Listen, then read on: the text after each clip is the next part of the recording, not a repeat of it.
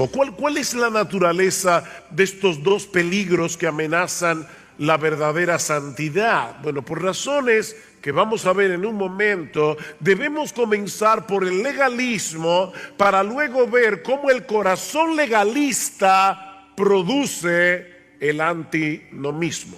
Ahora, antes de pasar a definir lo que es el legalismo, permítanme tomar unos minutos para ver o para hacer algunas aclaraciones sumamente importantes, no sea que por tirar el agua sucia de la bañera tiremos con ella al niño. ¿Qué no es el legalismo? Bueno, en primer lugar, preocuparnos por nuestra santidad personal no es legalismo, y por eso estamos en esta conferencia. Preocuparnos por nuestra santidad personal no es legalismo. La Biblia enseña claramente que Dios a todo el que justifica también lo santifica. Y también nos enseña que nosotros tenemos una responsabilidad personal en el proceso de santificación que comienza en la conversión. Dice Pablo en 2 Corintios capítulo 7 versículo 1: así que, amados, puesto que tenemos tales promesas, limpiémonos de contaminación de carne y de espíritu, perfeccionando la santidad en el temor de Dios. ¿Quién es el que tiene que limpiarse de toda contaminación de alma y de espíritu? ¿Quién es el que debe perfeccionar la santidad en el temor de Dios? Somos tú y yo. Y Pablo dice en Romanos capítulo 7: porque si vivís conforme a la carne moriréis, mas si por el Espíritu hacéis morir las obras de la carne, viviréis. Somos tú y yo que por el Espíritu, en dependencia del Espíritu, tenemos que hacer morir las obras de la carne. En segundo lugar, tomar en serio la ley moral de Dios como norma de vida para el cristiano tampoco es en sí mismo legalismo. Tomar en serio la ley moral de Dios como norma de vida para el cristiano en sí mismo, eso no es legalismo. Aunque la ley moral ya no nos condena porque Cristo pagó por nuestros pecados, mis hermanos, esa ley sigue siendo la norma moral por medio de la cual debemos guiarnos, por medio de la cual distinguimos el bien del mal. Pablo dice en Romanos capítulo 7, versículo 12, que a la verdad la ley es santa y el mandamiento santo, justo y bueno. Y más adelante en el versículo 22, Pablo dice: yo en el hombre interior me deleito en la ley de Dios. Y en Romanos capítulo 13, versículo 8, Pablo dice que el que ama al prójimo ha cumplido la ley. Y luego en el versículo 10, el cumplimiento de la ley es el amor. Mis hermanos, la ley son los ojos del amor. En tercer lugar, restringir mi propia libertad por amor a Dios, por el cuidado de mi alma y por amor a mis hermanos para no serles de tropiezo, tampoco es legalismo. Hay ciertas cosas que pueden ser legítimas para cualquiera, pero no lo son para mí. Dice el apóstol Pablo: todo me es lícito, pero no todo me conviene. Todo me es lícito, pero no todo edifica. De manera que hay cristianos que por amor a su alma, por el cuidado que tienen con su propia santidad, van a tener que restringirse de ciertas cosas que son perfectamente legítimas para otros. Y mis hermanos, eso no es legalismo. ¿Qué es entonces el legalismo? Bueno, una definición muy común es que consiste en tratar de ganarse la salvación haciendo buenas obras. Es la forma más sencilla de definir el legalismo. El problema es que esa definición es demasiado estrecha. El legalismo es mucho más sutil que eso. Ciertamente todo aquel que está tratando de ganarse la salvación por sus buenas obras es un legalista. Pero el legalismo es un problema más sutil y precisamente por eso es mucho más letal. Volvamos una vez más al pasaje de Génesis 3 que leímos al principio, porque allí nació el legalismo. El legalismo nació en el mismo momento en que el pecado entró en el mundo. Noten la tentación de la serpiente en el versículo 1, que era lo que él estaba tratando de hacer en la mente y en el corazón de Eva, porque eso fue lo que produjo finalmente el legalismo. Y la serpiente era más astuta que cualquiera de los animales del campo que el Señor Dios había hecho. Y dijo a la mujer: con que Dios os ha dicho, no comeréis de ningún árbol del huerto. Wow. Esto no solo fue un ataque directo hacia la palabra de Dios. Mis hermanos, primordialmente esto fue un ataque al carácter bondadoso de Dios. Dios los ha colocado en el paraíso lleno de árboles codiciables, de frutas sabrosas, y ha colocado un cerco alrededor de cada árbol para que ustedes no lo puedan tocar.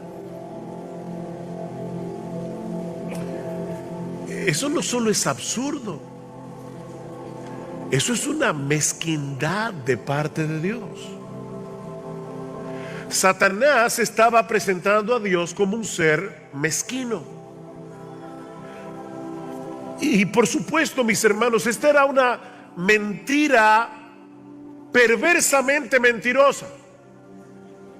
Porque el mandato original que Dios le había dado a Adán antes de crear a Eva era extravagantemente abundante. Vayan conmigo a Génesis capítulo 2, versículo 16. Y ordenó, noten esa palabrita importante, y ordenó el Señor Dios al hombre diciendo: de todo árbol del huerto podrás comer, pero del árbol del conocimiento del bien y del mal no comerás, porque el día que de él comas ciertamente morirás. Notaron, Dios le ordenó, Dios le mandó a Adán y a Eva que comieran de todos los árboles del huerto, excepto de uno, el árbol de la ciencia del conocimiento del bien y del mal.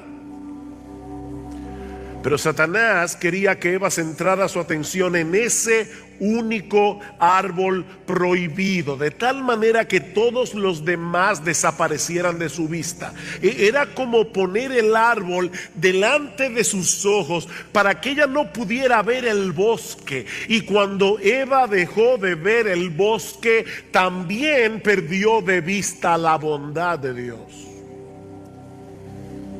y la intención detrás del mandamiento.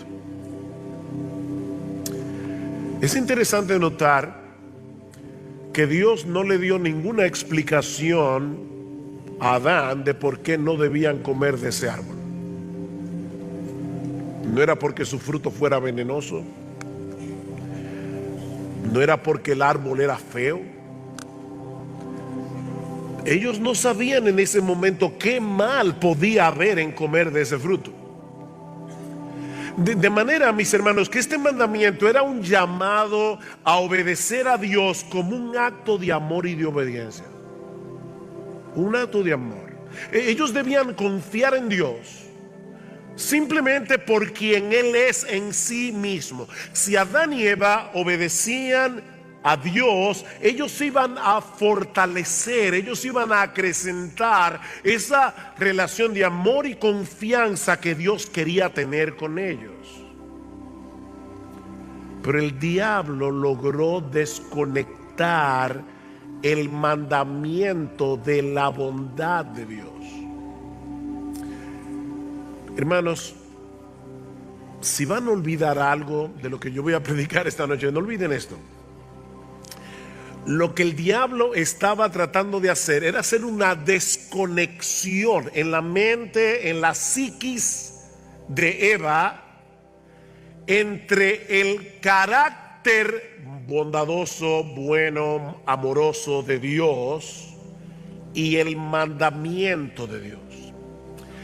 Y fue esa idea distorsionada de la bondad de Dios y de la ley de Dios lo que produjo el legalismo.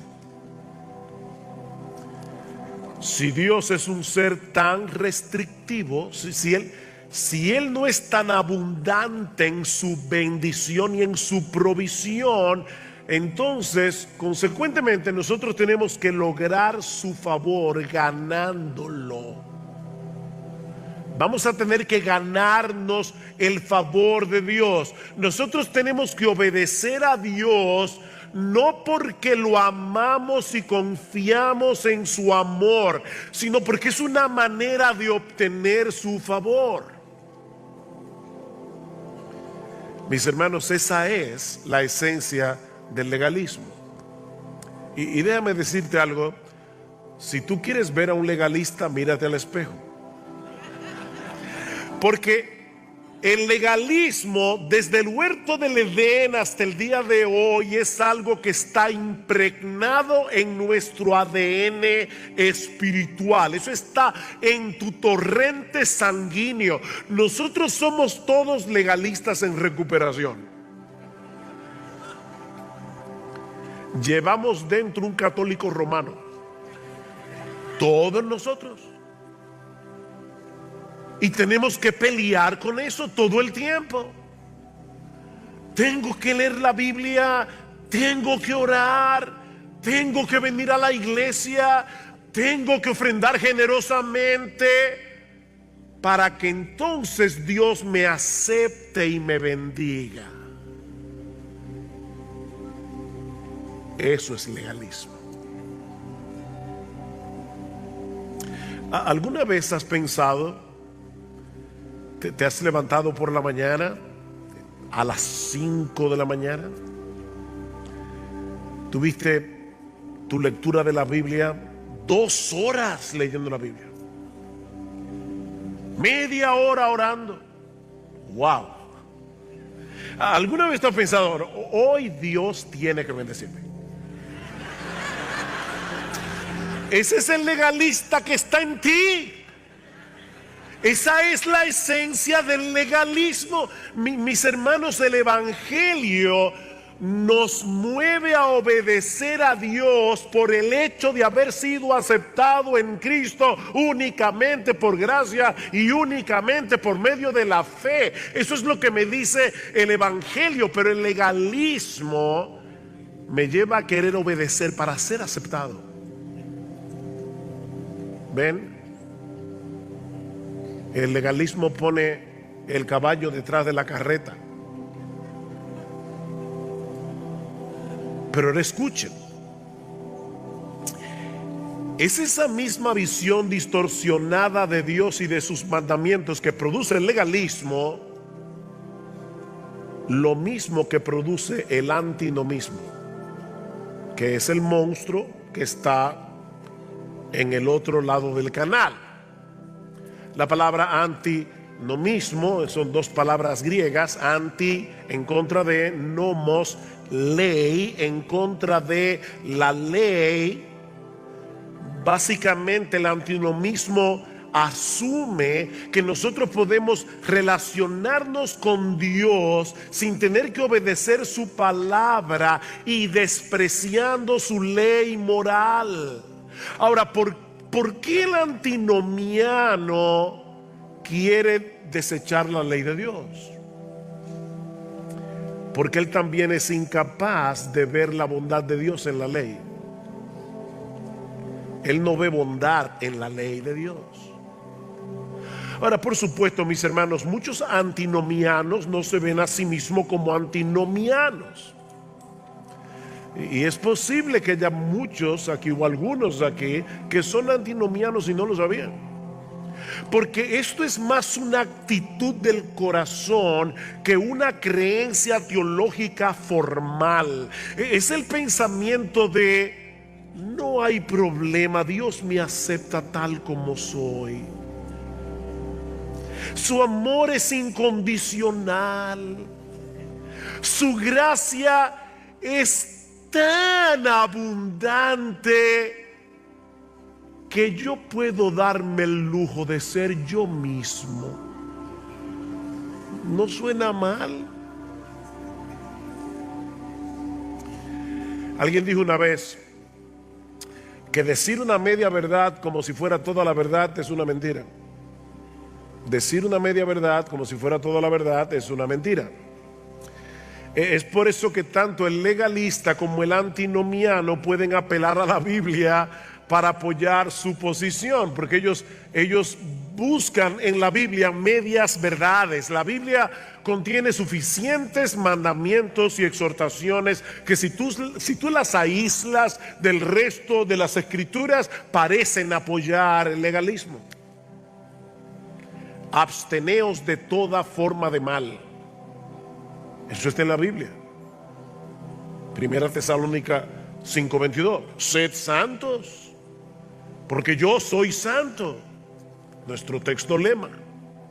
Amados, yo os ruego como a extranjeros y peregrinos que os abstengáis de los deseos carnales que batallan contra el alma. Eso está en la Biblia, Primera de Pedro capítulo 2, versículo 11.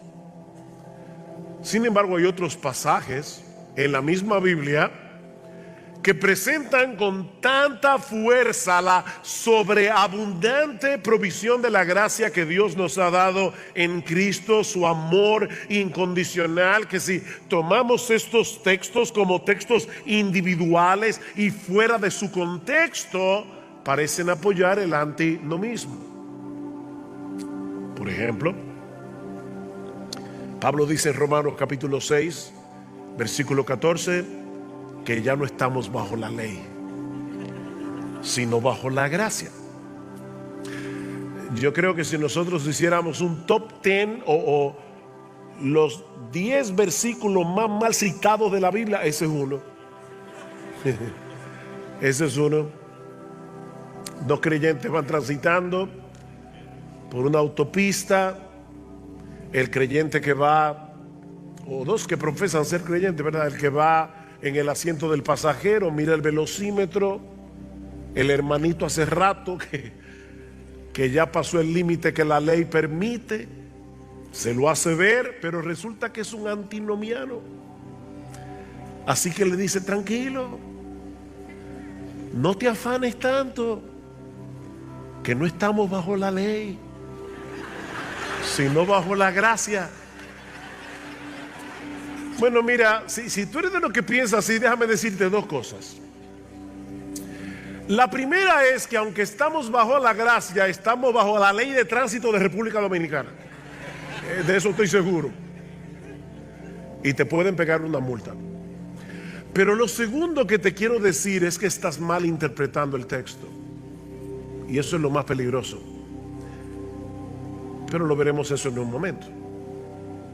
Ahora, yo quiero estar seguro de que nosotros hemos entendido cuál es la naturaleza psicológica, no teológica solamente, la naturaleza psicológica del legalismo y del antinomismo. Así que permítanme volver a repetir qué es lo que hemos visto hasta ahora. Nosotros hemos dicho que el legalismo surge de una imagen distorsionada de Dios, que lleva al legalista a tratar de ganarse su favor a través de su obediencia.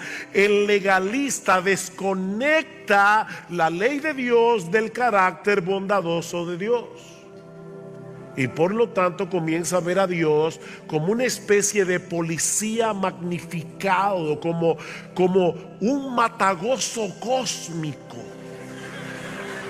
que nos está vigilando desde el cielo para ver si te estás divirtiendo más de la cuenta para prohibírtelo. Hemos visto también que es esa misma perspectiva distorsionada de Dios y de su ley que produce el antinomismo. Ambos han divorciado la ley de Dios, del amor de Dios y de la bondad de Dios. No, Dios no es un matagozo cósmico que está en el cielo prohibiéndote todo lo que te gusta.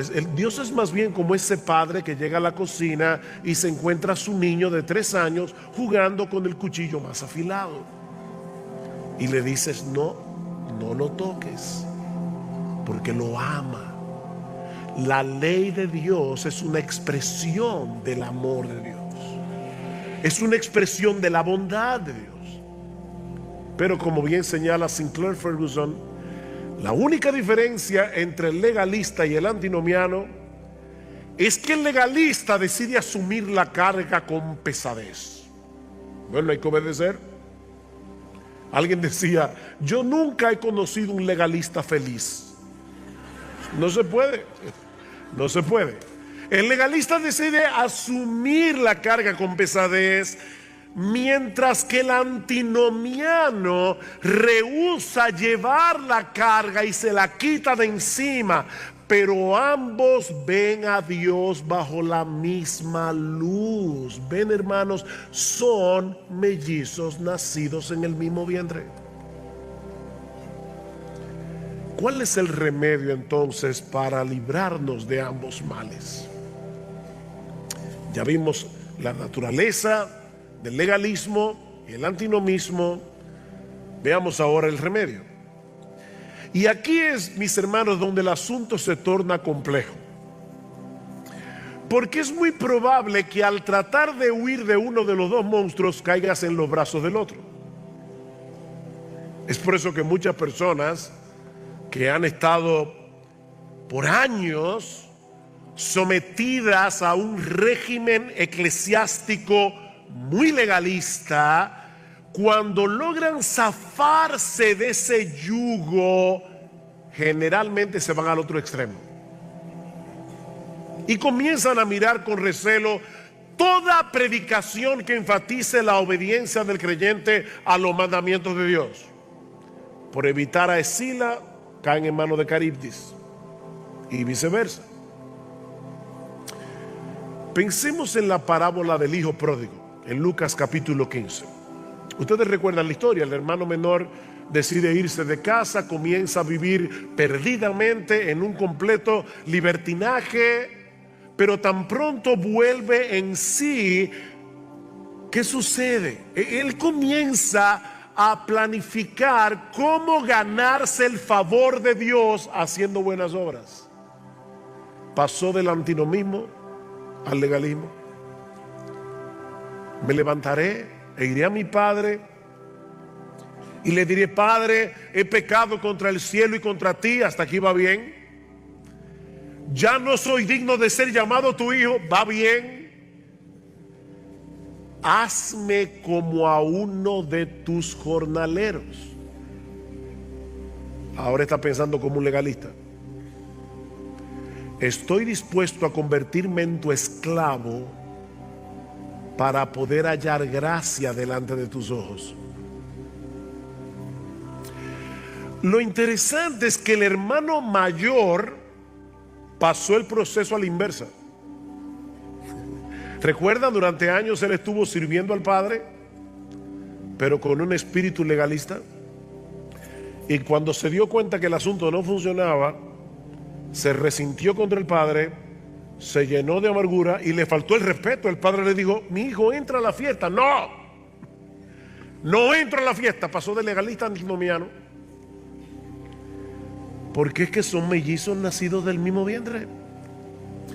Así que, mis hermanos, cuando hablamos del remedio para curar estos males, debemos entender que no podemos tratar de curar el legalismo con una dosis de antinomismo. como tampoco podemos tratar de curar el antinomismo con una dosis de legalismo. El único remedio eficaz para curar ambos males de una vez por todas es el evangelio de la gloria de Cristo, porque es allí donde brilla en toda su intensidad el incomprensible, inconquistable amor de Dios, que no solo entregó a su Hijo para que muriera en nuestro lugar, sino que también envió su Espíritu para que morara en nosotros, de tal manera que Él en nosotros produzca una nueva capacidad y una nueva motivación para la obediencia. Esa es la única cura para el legalismo. Es el evangelio. Cuando yo era nuevo creyente, ¿qué pasó? Respeten a sus predicadores. Hace unos 41 años, yo leí una ilustración que me impactó tanto. Permítanme compartirla con ustedes, pero aclarando que ninguna ilustración ilustra perfectamente la cosa ilustrada. Ok. Imaginemos a una mujer imperfecta como todos nosotros, casada con un hombre perfecto. Y que espera el mismo grado de perfección. Él llega a la casa, le pasa la mano a los muebles para ver si hay algo de polvo, a todos los muebles. Una vez estaba en una sesión de consejería y me dice: pastor, mire, si usted no habla con mi esposo, yo me voy a volver loca. Cuando él llega de la calle, él se quita los zapatos y él espera que yo ponga los zapatos en el closet, exactamente en el mismo zócalo, uno al lado del otro. Este hombre era así era perfecto. Después de varios años de matrimonio, ella está desesperada, porque es evidente que ella nunca va a llenar el estándar de su esposo, pero no puede divorciarse porque el tipo no le da motivo, era perfecto. Para complicar las cosas, aparece otro hombre en la escena. Ahora escuchen bien, porque aquí es que la cosa se pone buena. Este hombre también es perfecto, pero él está lleno de bondad, él está lleno de ternura, él es compasivo y todopoderoso, que al ver a esta mujer en su desesperación, le propone el siguiente plan. Mira, como te casaste con este hombre hasta que la muerte los separe, esto es lo que yo voy a hacer por ti. Yo te voy a quitar la vida, y así termina tu matrimonio.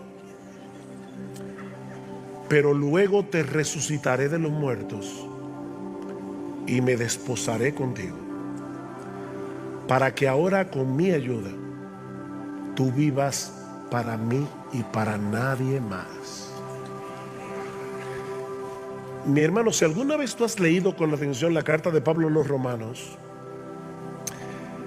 seguramente te habrás dado cuenta que esta ilustración se asemeja bastante a la enseñanza de Pablo en Romanos capítulo 7.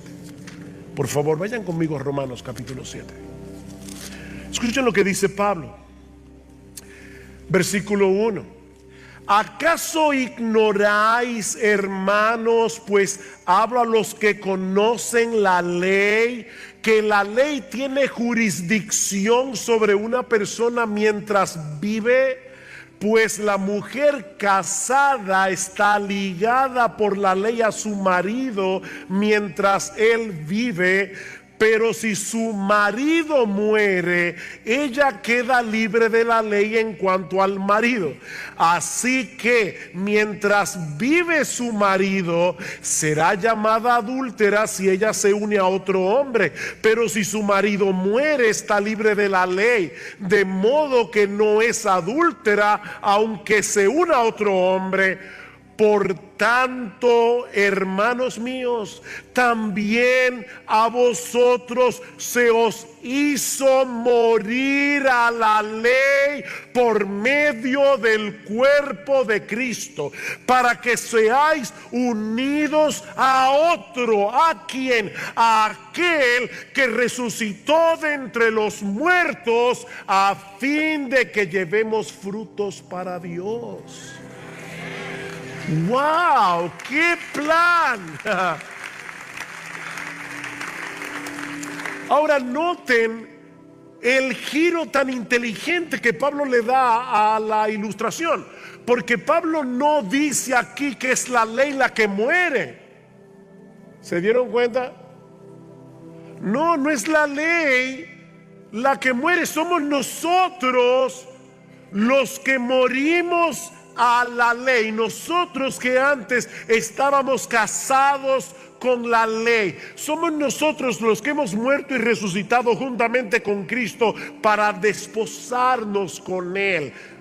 Solo que nuestro esposo, y aquí es donde la ilustración no puede ilustrar perfectamente la cosa ilustrada, la realidad es extremadamente más gloriosa que la ilustración. Nuestro esposo no se limitó a quitarnos la vida, sino a incluirnos en su propia muerte y en su resurrección.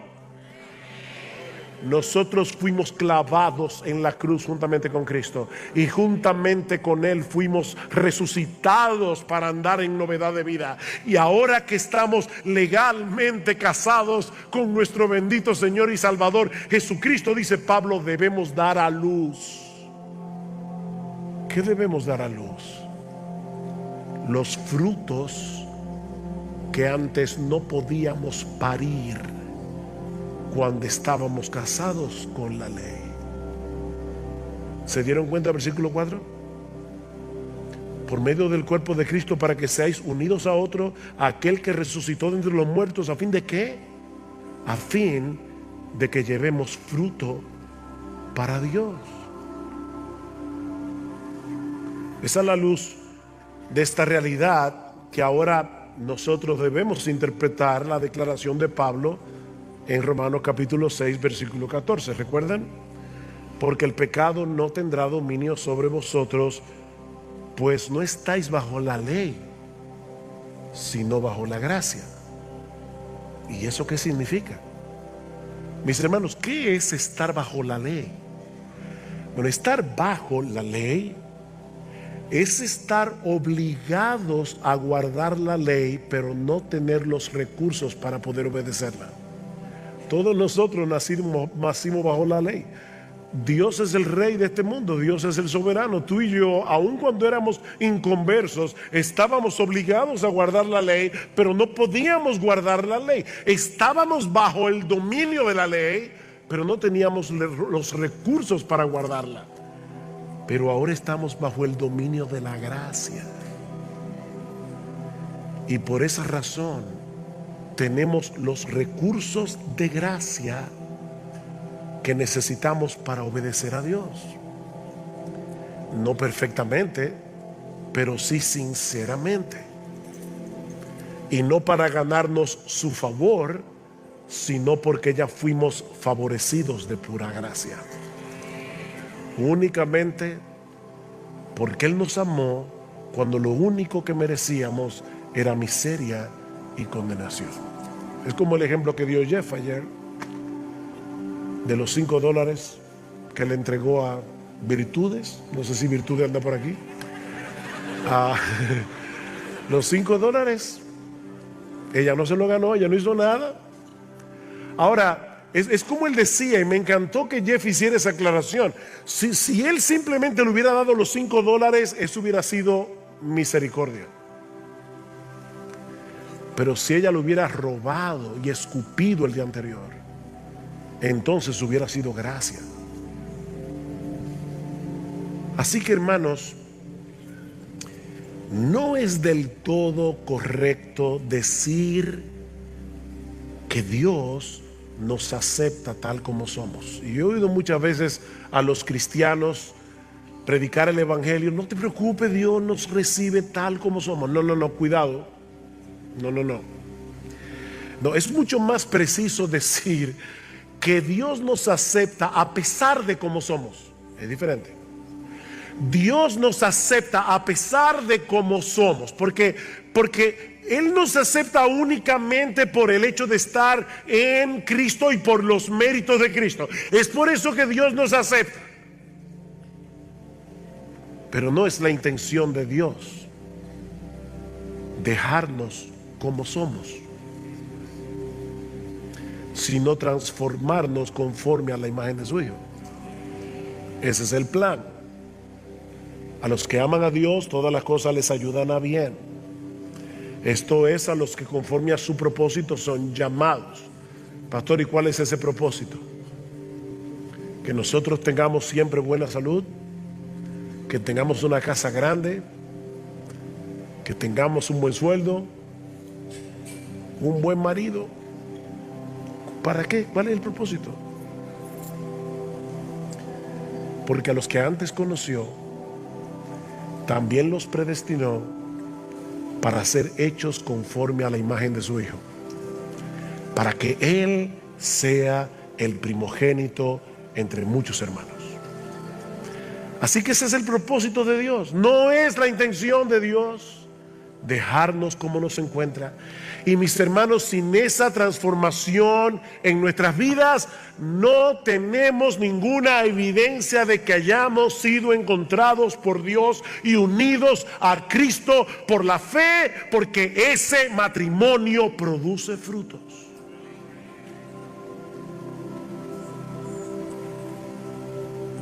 Para concluir,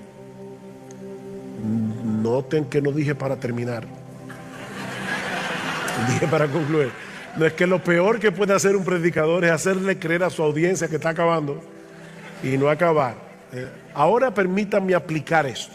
Ya vimos cuál es la naturaleza del legalismo, la naturaleza del antinomismo. Espero que eso que ya quede claro.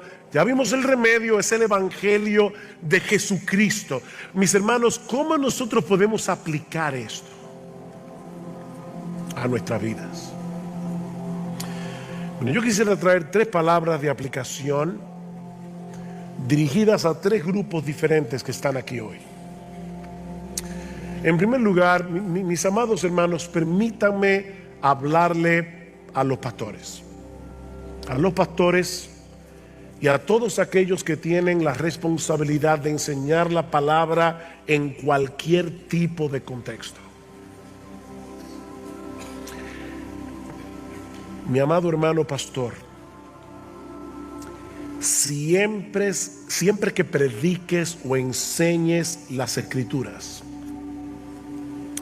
recuerda exponer tu pasaje a la luz del evangelio de la gloria de Cristo, porque Él es el centro y la finalidad de toda la Biblia. Mis amados pastores, predicar los imperativos de Dios, los mandamientos de Dios, desconectados de Cristo y del evangelio, es lo que promueve el legalista que todos llevamos dentro. Es hacerle creer a nuestros oyentes que lo único que necesitan es esforzarse un poco más. Pero eso no es verdad. Mis hermanos, la ley por sí misma no produce santidad. Ese fue el error que Pablo tuvo que corregir en su carta a los Gálatas. Vayan conmigo a Gálatas capítulo 3.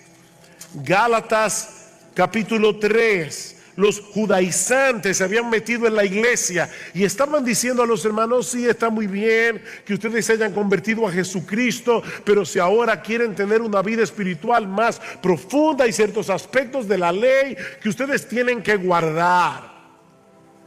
Y escuchen lo que les dice Pablo: oh Gálatas insensatos. Wow. Alguien parafraseó este texto diciendo: mis queridos idiotas de Galacia.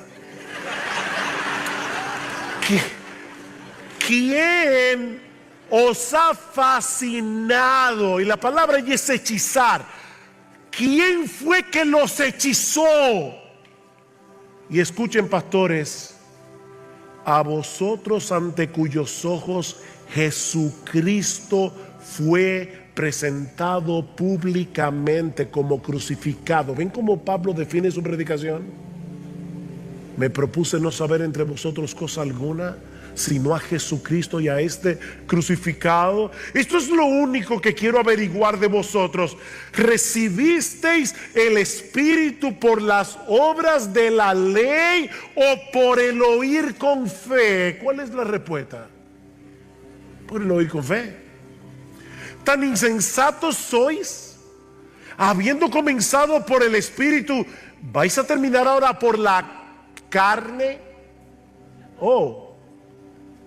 ¿Y por qué Pablo usa la palabra carne aquí? Porque normalmente en el Nuevo Testamento la palabra carne tiene la connotación de vicios escandalosos, de pecados escandalosos. Sin embargo, Pablo está usando aquí la palabra carne como ese individuo que quiere obedecer a Dios en su propio poder, en su propia fuerza, actuando en autonomía de Dios. Es a eso que Pablo le llama carne aquí. ¿Habéis padecido o experimentado tantas cosas en vano, si es que en realidad fue en vano? Y ahora escuchen: aquel pues que os suministra el Espíritu y hace milagros entre vosotros, ¿lo hace por las obras de la ley o por el oír con fe? ¿Cuál es la respuesta otra vez? Por el oír con fe.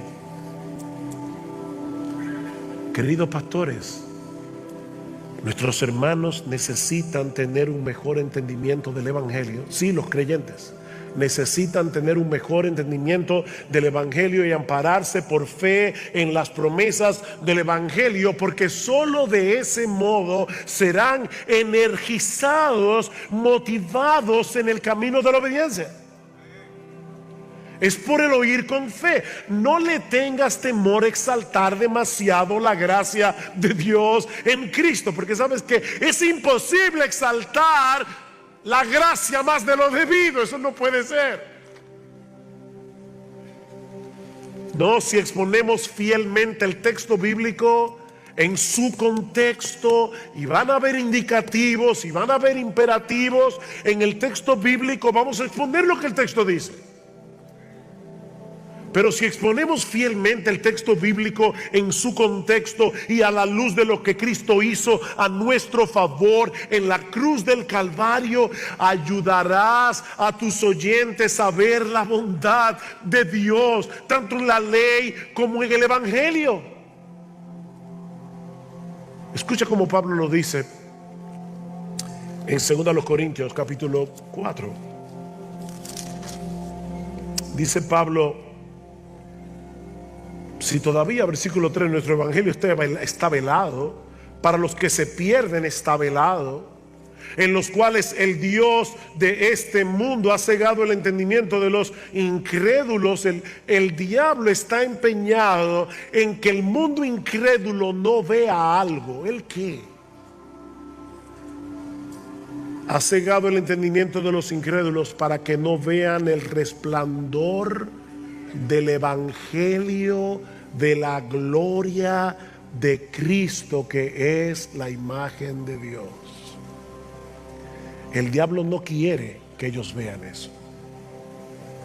Vean la gloria de Cristo, el carácter de Dios brillando en Jesús.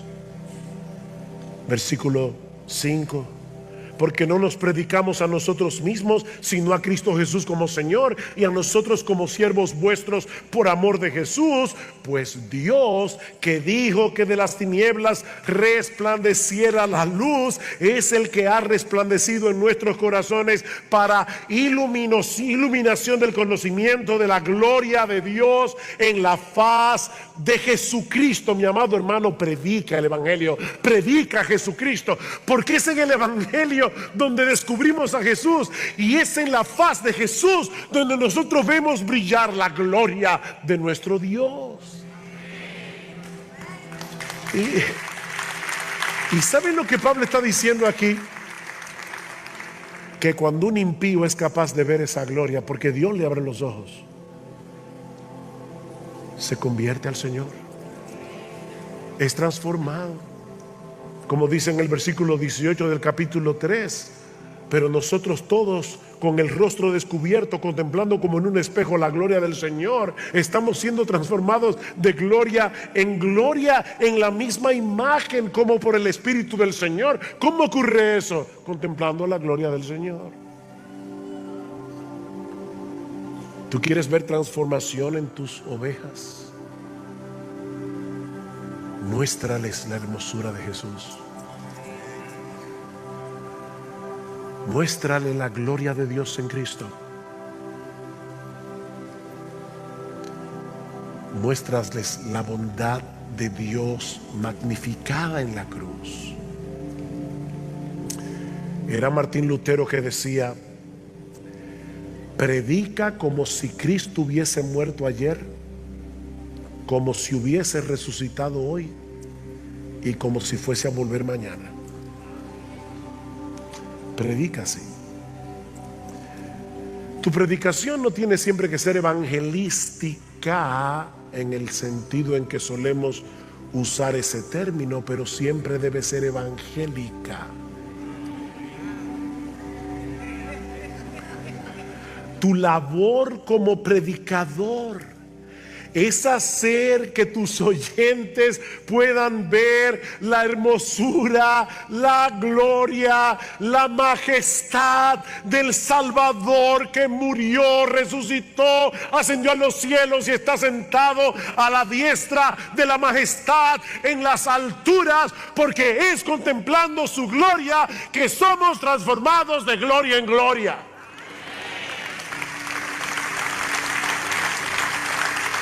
Esa es tu labor, mi hermano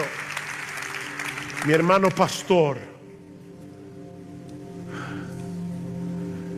Hace muchos años, mi esposa y yo leímos no sé dónde, que en una iglesia había una viejita que siempre se sentaba detrás, pero un día invitaron a un predicador y estaba hablando de todo menos de Jesús. Y ella allá atrás les decía: joven, exáltalo, exáltalo. Y a veces, muchas veces, en los años que tenemos de casados, cuando vamos saliendo para la iglesia o para algún lado donde yo voy a predicar, mi esposa me recuerda eso: exáltalo.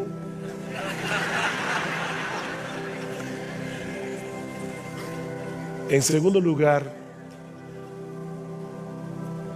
a los creyentes que están aquí, a todos aquellos que han venido a Cristo en arrepentimiento y fe. Mi hermano, mi hermana, yo quiero invitarte en esta noche a que tú experimentes el gozo y la alegría de la obediencia. El gozo y la alegría de la obediencia. Me fascina en el Salmo 119 cuando el salmista dice: oh, cuánto amo yo tu ley. Todo el día es ella mi meditación. ¿Notaron eso? Él no dijo: oh, cuánto yo amo la ley. No es que él amaba un conjunto de leyes. No. Oh, cuánto amo yo tu ley. Yo amo esa ley porque es tu ley. Tú eres un Dios bueno, tú eres un Dios amoroso, tú eres un Dios compasivo. Nada que venga de ti puede ser malo. Oh, cuánto amo yo tu ley. Mi hermano amado, no divorcies, no permitas que el diablo y el pecado que mora en ti te hagan un truco en tu psiquis, en tu mente, para divorciar los mandamientos de Dios del carácter bondadoso y sabio de Dios. Porque la ley es en realidad una expresión de su amor y de su sabiduría. Es por el deseo que Dios tiene de bendecirnos que nos da su ley, de darnos una vida bienaventurada. Por eso el salmista podía decir: yo amo tus mandamientos, porque a través de ellos ando en libertad. ¿Tú viste eso? Andaré en libertad, porque estoy obedeciendo tu mandamiento. El salmista no veía la ley como una camisa de fuerza, lo veía como algo liberador. Y en otra parte dice: yo amo tu ley más que millares de oro y de plata.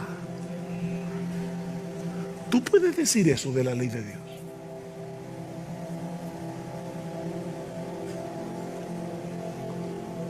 No divorcies una cosa de la otra.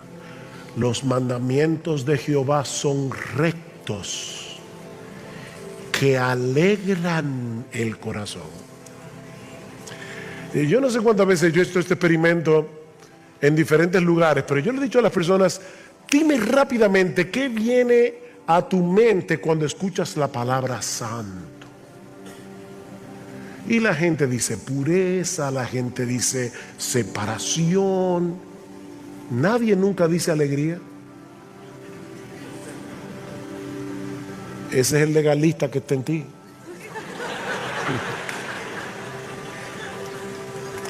Los mandamientos de Jehová son rectos y por eso alegran el corazón. Pues escuchen, porque para que no digan: eso es antiguo testamentario, pastor. Bueno, primero tienes una mala teología bíblica, pero ok, vamos a aceptarlo. Y hago yo lo que dice Jesús: el que me ama, mi palabra guardará, y mi Padre le amará, y vendremos a él y haremos morada con él. El amorómetro de Dios no se mide. Y yo estoy de acuerdo con todo lo que dijeron ahorita de la alabanza. Yo hoy sufrí lo que ustedes no se imaginan, porque vine con mi garganta afectada y no podía cantar a todo pulmón, porque es como me gusta cantar. Y los hermanos de mi iglesia lo saben. Yo no digo que canto bien, digo que canto duro. Si ustedes van, hay una teología detrás de eso. Si ustedes van al Apocalipsis y ven cada vez que aparece la adoración celestial, siempre, invariablemente en el libro de Apocalipsis dice: cantaban a gran voz. Y yo le hago caso a eso, excepto cuando tengo que predicar. Pero el amorómetro se mide no por lo duro que tú cantes. El que me ama, mi palabra guardará. El que me ama guarda mis mandamientos. Y más adelante dice Jesús: si guardareis mis mandamientos, Juan capítulo 15 versículo 10, permaneceréis en mi amor, así como yo he guardado los mandamientos de mi Padre y permanezco en su amor. Estas cosas os he hablado para que mi gozo esté en vosotros y vuestro gozo sea completo.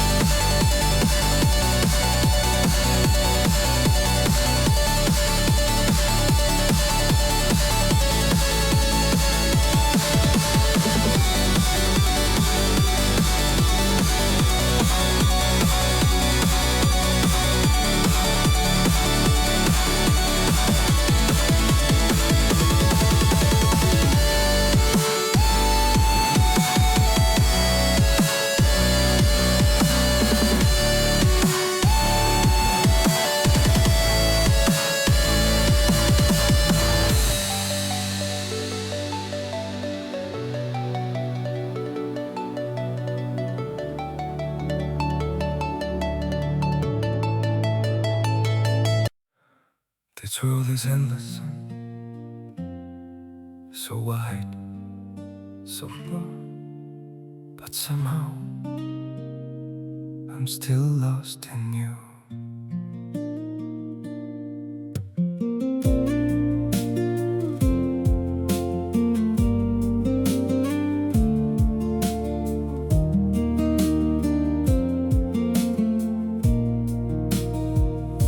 The streets are full of moving shadows, countless places I could go.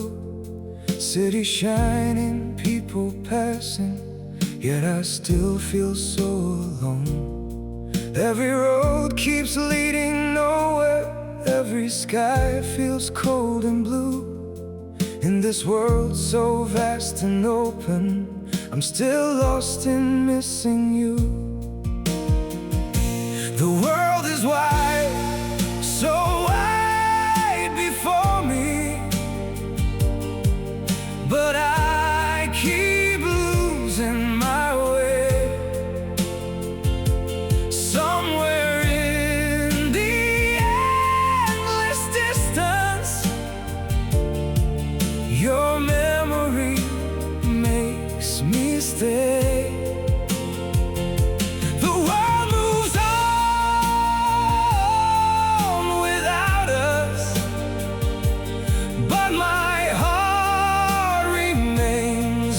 True, for no matter where these feet may wander, I'm still lost in missing you. I have tried to outrun silence, tried to leave your ghost behind, but your name still echoes softly through the corners of my mind. The world is wide, so wide before me, but I keep losing my way. Somewhere in the endless distance, your memory makes me stay. The world moves on without us, but my heart remains untrue. For no matter where these feet may wander, I'm still lost in missing you. Maybe someday I'll stop searching for your face in every crowd, but until that day, this broken heart will keep calling your name out. The world is wide, so wide before me, but I keep losing my way. Somewhere in the endless distance, your memory makes me stay. The world moves on without us, but my heart remains untrue. For no matter where these feet may wander,